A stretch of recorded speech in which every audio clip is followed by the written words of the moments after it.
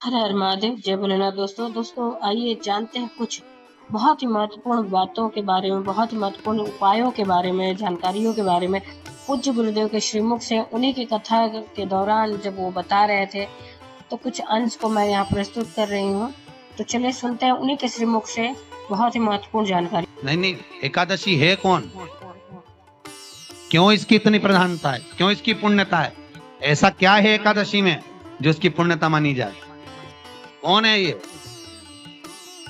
जो भगवान नारायण तक एकादशी का व्रत करते हैं? सुभद्रा जी को भगवान जगन्नाथ ने, जगदीश ने एकादशी का व्रत कराया था। बद्री नारायण भगवान को माता लक्ष्मी ने एकादशी का व्रत कराया था। क्यों? चंद्रायण एकादशी व्रत की माता। एकादशी है कौन? तो कहा जिसको व्रत करने पर भगवान नारायण भी जिसका व्रत करते हो, भगवान माता लक्ष्मी जिसका व्रत करती हो, वो एकादशी है कौन? तो शास्त्र वर्णन करता है महाराज। स्कंद पुराण का सुंदर चातुर्मास खंड के अंतर्गत वर्णन आया है महाराज। एक बार भगवान विष्णु आनंद में विराजमान थे। पद्मावती और माता लक्ष्मी दोनों उनके पास में विराजी हुई थी। भगवान लक्ष्मी और पद्मावती दोनों बेटी, एक सिर के पास, एक चरण के पास। कुछ समय बाद वहीं पर ब्रह्मदेव का आगमन हुआ और ब्रह्मा जी आगमन पाकर भगवान नारायण पद्मावती से लगकर उठे और उठकर लक्ष्मी की ओर झुके। झुकने पर इन तीनों के समागम से भगवान नारायण के हृदय चित्त से एक कन्या प्रकट हो गई। उस कन्या का नाम एका था। क्या नाम था? एका। अब 10 उसके गुण इतने प्रबल थे, वो 10 गुण उसके बड़े प्रबल थे कि वो एका जिसको निहारती थी उसको संपदावान बना देती थी।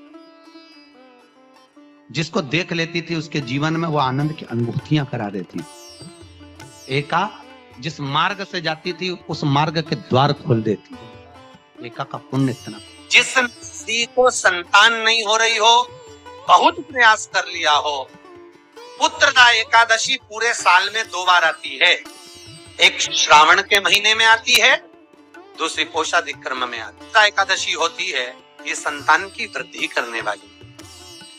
शंकर जी के मंदिर में जाकर, भगवान शिव के मंदिर में पूजन करके घी का, एक कटोरी में घी और एक कटोरी में खीर शंकर के सामने रख देते हैं। भगवान शंकर के मंदिर पर चौखट पर घी का दिया लगा देते हैं। शंकर जी की चढ़ी हुई एक बेलपत्र साथ में रखें और एक बेलपत्र को उठाकर शंकर जी के मंदिर की चौखट पे ही बैठकर चबा चबा कर खा लेते हैं।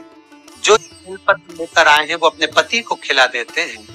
कहते हैं एकादशी के दिन ये कर लेने पर संतान की प्राप्ति हो जाती है, पुत्र की प्राप्ति हो जाती है। तो उम्मीद करते हैं जानकारी आपको अच्छी और उपयोगी लगी होगी। अगर अच्छी और उपयोगी लगी तो एक लाइक छोटा सा अवश्य करिए। आप पहली बार मेरे चैनल पे आए तो मेरे चैनल को सब्सक्राइब करिए। बेल नोटिफिकेशन अवश्य दबाइए जिससे आने वाले वीडियो आपको समय से प्राप्त होते हैं। दोस्तों कोई भी प्रश्न या सुझाव कमेंट बॉक्स में लिख सकते हैं। फिर मिलते हैं दोस्तों एक नई जानकारी के साथ नए वीडियो में। तब तक के लिए जय भोलेनाथ, हर हर महादेव, श्री शिवाय नमस्तुभ्यम। धन्यवाद दोस्तों।